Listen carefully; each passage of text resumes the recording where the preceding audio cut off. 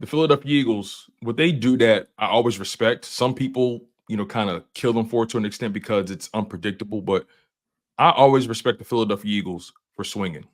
And one thing I will say is that regardless if they hit the ball or if it's a single or if it's a bunt or whatever, if it turns to a home run, whatever it is, they're always swinging. It's funny. I'm making a comparison to make another baseball reference. I consider Howie Roseman to be the Bryce Harper of GMs. It doesn't matter if it's a fastball, a screwball, a sinker, a changeup.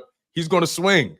And I respect that about the Philadelphia Eagles. And they take a lot of swings this offseason. I mean, Devin White, Zack Baun, Oren Burks at linebacker. I think they're sending a clear message to Nakobe Dean and other guys in our room that, hey, as much as we like you guys, we got to make sure we hedge our bets here. So what's your thoughts on the Devin White situation, especially when Nakobe Dean and all those other guys who are going to be competing for grass time?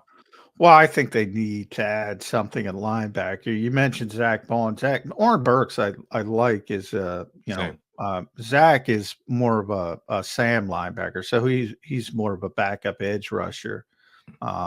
He's not going to be a stacked linebacker, off ball linebacker, unless something drastic happens. Like the Eagles played Patrick Johnson there at times due to injuries, and even Nolan Smith late in the season due to injuries. They played him off ball, but that's not what they do well. So right now, their top three off ball linebackers are Nakobe Dean, Devin White, and Oren Burks. And it's probably the weakest spot on the team.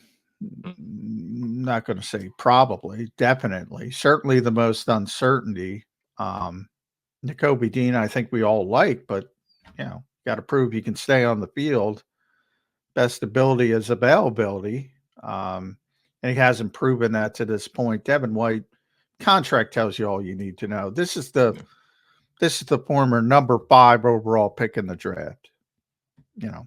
On his second, he played under his team option with Tampa Bay. So this is his second NFL contract as the number 5 overall pick.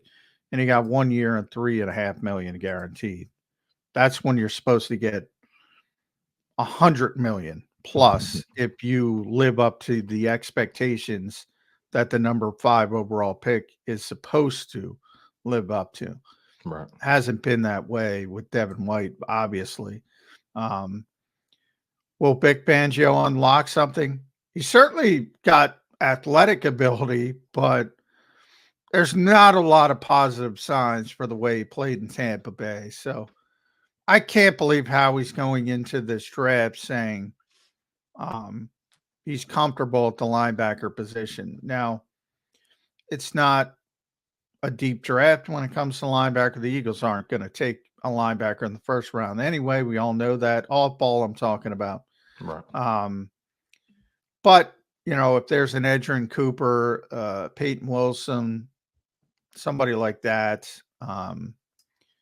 Eagles are probably going to try to add a somewhat relevant body who could potentially play in year one at off ball linebacker. I would think.